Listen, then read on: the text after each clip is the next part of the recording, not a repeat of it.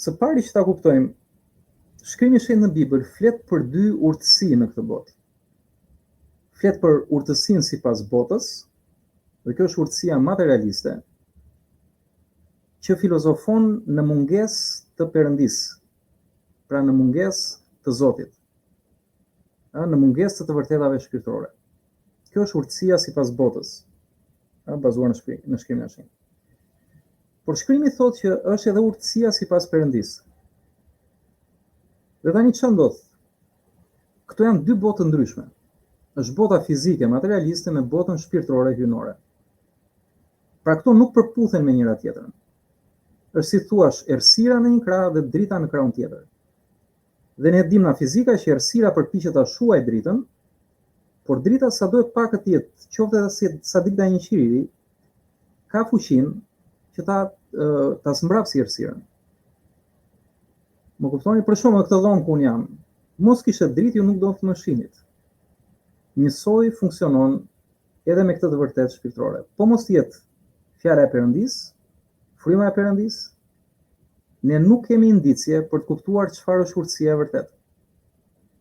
Dhe në Bibël na thuhet që urtësia sipas botës është marrëzi për Perëndin.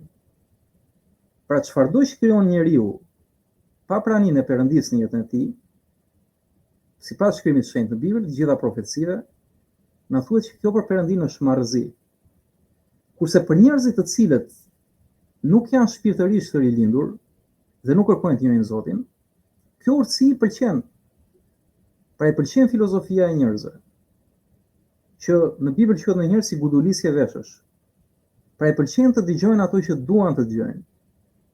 Mund t'i pëlqejnë për shembull oratoria e një personi, ose gallatat, shakat, fashethemet, kuriozitetet, faktet shkencore, e të tjera, çfarë mund të krijojë njeriu pa Zotin.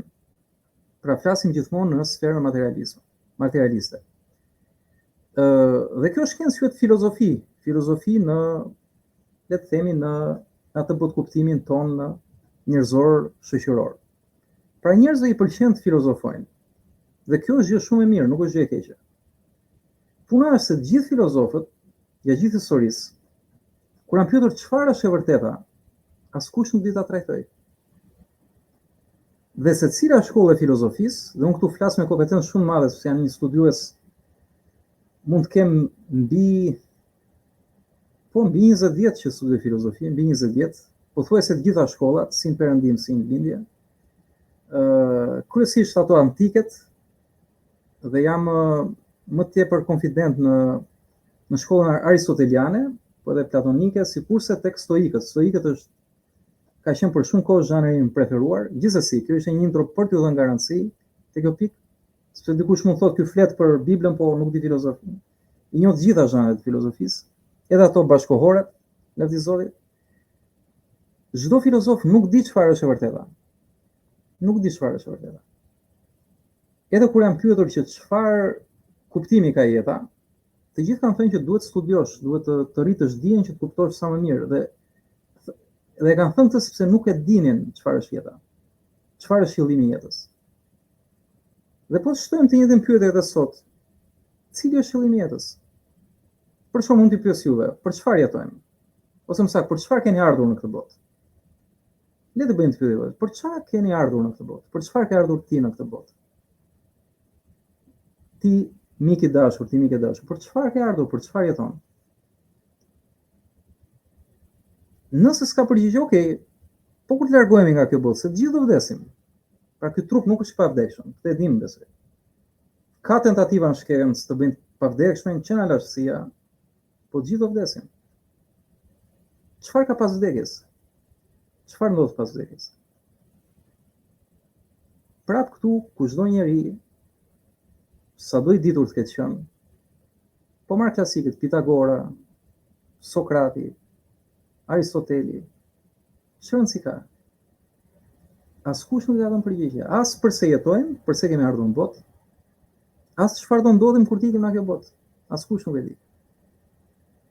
Mund të kenë abstrahuar me lloj gjërash, siç vazhdojnë abstrahuar edhe sot në fe të ndryshme. Shumë fja universale sot me është një përzierje midis hinduizmit dhe pak a shumë teknologjisë, avangardës, lidhet pak me kozmologjinë, me alienët, me universin dhe abstragojnë njerëzit këto lloj gjërash. Po kjo s'ka asnjë bazë shpirtërore dhe asnjë bazë shkencore. Pra janë thjesht abstragjime njerëzore. Por edhe duke shtuar këtë bazë, askush nuk e di pse kemi ardhur në këtë planet dhe çfarë na pret kur të vdesim në këtë planet. Kur të ikim në këtë. Kështu që siç ka thënë një dramaturg dikur, shumë zhurmë për asgjë.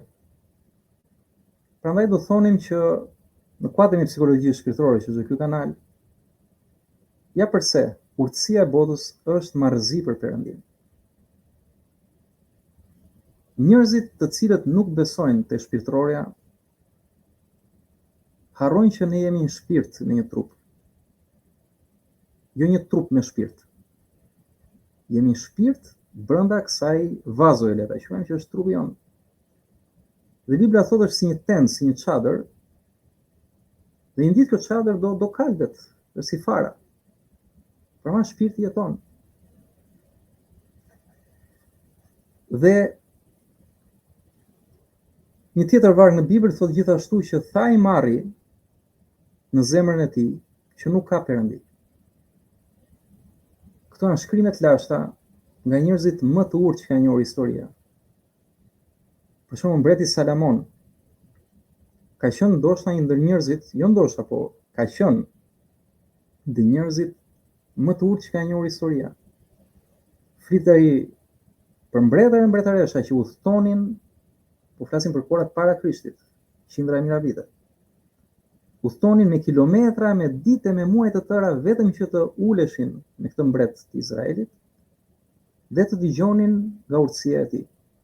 Të dëgjonin 2-3 fjalë prej tij.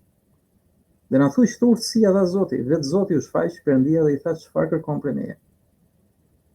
Do ta bëj dhe ky kërkoi urtësi. Por nëpërmjet kësaj urtësie ky grumbulloi dhe shumë pasuri, shumë pushtet. Dhe përveç se njeriu më urtë ka qenë njeriu më i pasur dhe më i pushtetshëm për atë kohë. Dhe dini çfarë thotë ai në një libër që ka shkruar? Është libri predikuesve në Bibël. Thotë gjithçka është kotësi. Gjithçka në këtë botë është kotësi. Siç ka qenë, thotë bota është dhe kështu do vazhdojë të jetë. Është një cikël që vazhdon. Ndryshojnë mjetet, por njeriu është i njëjtë, është po i njëjti mëkatar. Ndaj gjithë bota është kotësi. Dhe mbyll që gjithë esenca është të kesh frikë Zotin. Pra mos ta nashkalosh Zotin, i pari është i pari. Dhe të zbatosh urdhërimet e tij, pra të njohësh fjalën e tij. Dhe kjo thotë është plotësia e njeriu. Pra shkoni Salamoni ka dhënë zgjidhjen gjithë filozofive të botës. Prandaj dhe shkrimi i shenjtë thotë që ta përsërisim për të bërë dallimin, urtësia e kësaj bote është marrëzi për Perëndin. Kurse marrëzia e Perëndisë, thotë shkrimi, është urtësia më e madhe për këtë botë. Pra si drita, një grimc drite, marrëzia e Perëndisë, le të themi, është një grimc kaq e vogël. Dritçon gjithë këtë hapësirë. Dhe errësira nuk e mposh dot. Dhe që dalim temë pa e zgjatur, kjo ishte një hyrje për të kuptuar aspektin filozofik të gjës, të urtësisë. Sepse kur dikush quan mendje ngushtë një njeri vetëm e vetëm pse ai është besimtar, besoj referohet urtësisë apo jo, që sa i ditur është ky njeri.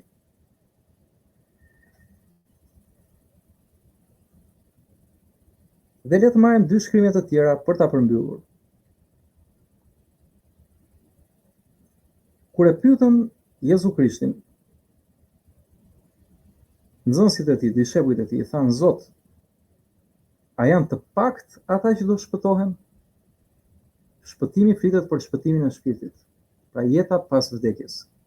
Ky është shpëtimi, është përjetësia që Bibla mëson. Perëndia ka planin e përjetësisë për çdo njeri. Po jo të gjithë interesohen për ta ditur të plan, sepse janë të zënë me urtësinë e kësaj bote. I pëlqejnë gjërat në këtë botë dhe janë të zënë aty, nuk kanë kohë. Nuk kanë kohë për shpirtin e tyre, për veten e tyre, për përjetësinë, përditur pse jetojnë, përditur çfarë do ndodh pas vdekjes. Nuk kanë kohë për të gjë. Pra duan urtësinë e kësaj bote. Dhe Zoti i përgjigjet asaj pyetje, i thot, nuk i thot as po as jo, por jep këtë përgjigje. Kur ata pyetën, a janë të pakët ata që do shtojnë? I tha, hyni nga rruga e ngushtë, sepse e madhe dhe e gjerë është rruga që të çon në shkatërim.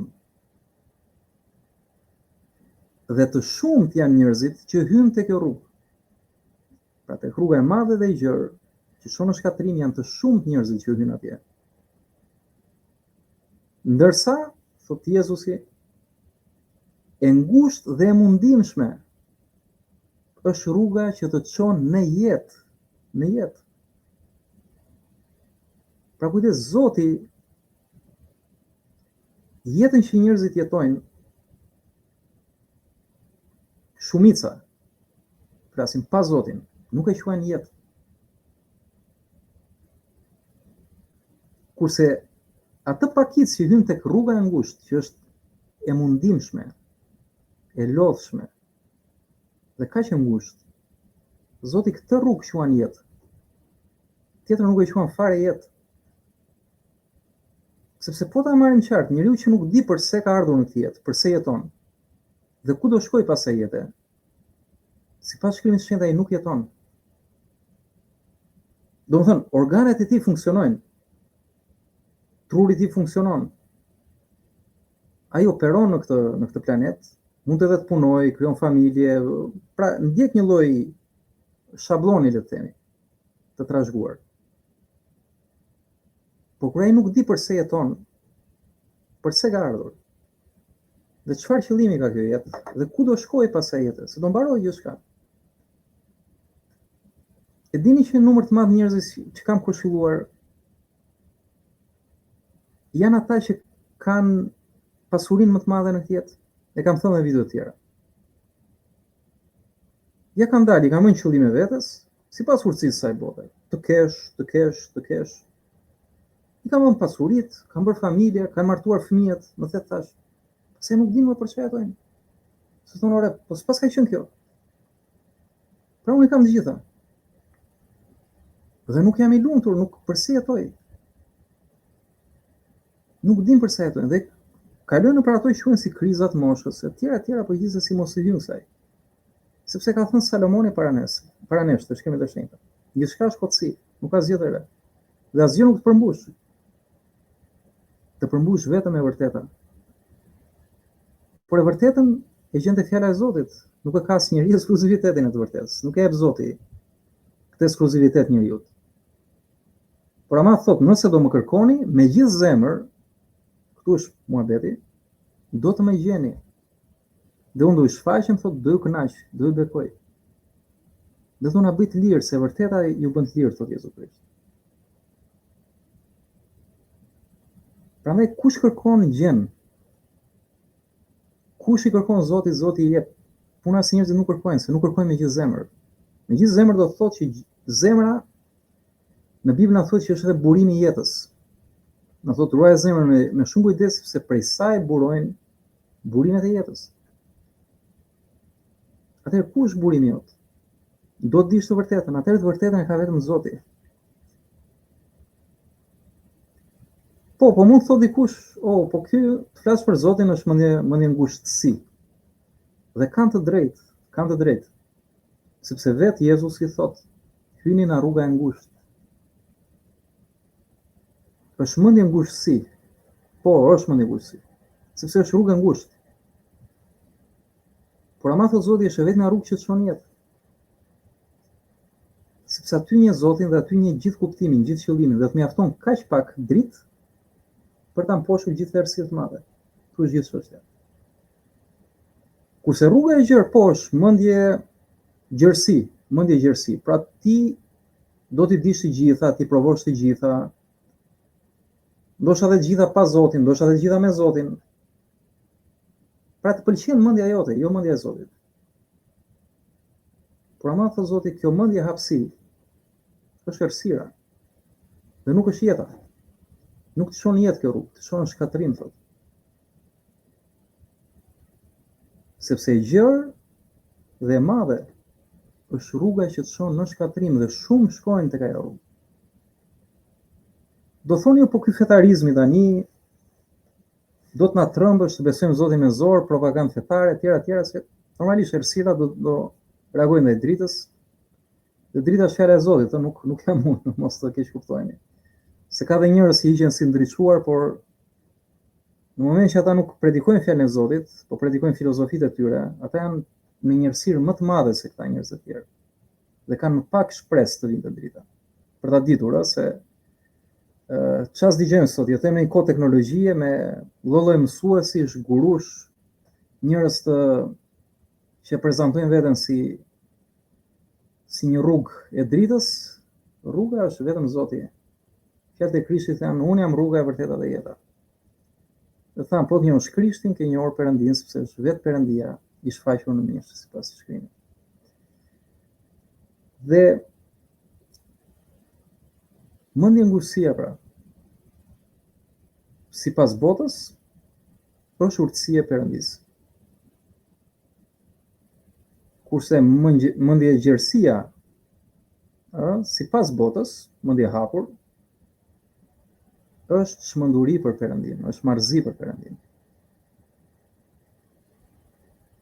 Sepse shkrimi i shenjtë thotë, kush mendon se di diçka në këtë jetë, ai nuk di asgjë. Po asgjë s'di, sepse po s'ke Zotin, s'ke dritën. Çfarë do dish në errësirë? Po errësira ka, mund të abstragosh atë. Mund të abstragosh sepse nuk sheh gjë. Por ama në errësirë, në të zezën janë të gjitha ngjyrat dhe njeriu aty fillon të abstragon. Kurse në dritë duket gjithçka hapur, ashtu qarë kur i themi. S'ke pse abstragon më, sepse ti e di të vërtetën, e shikon.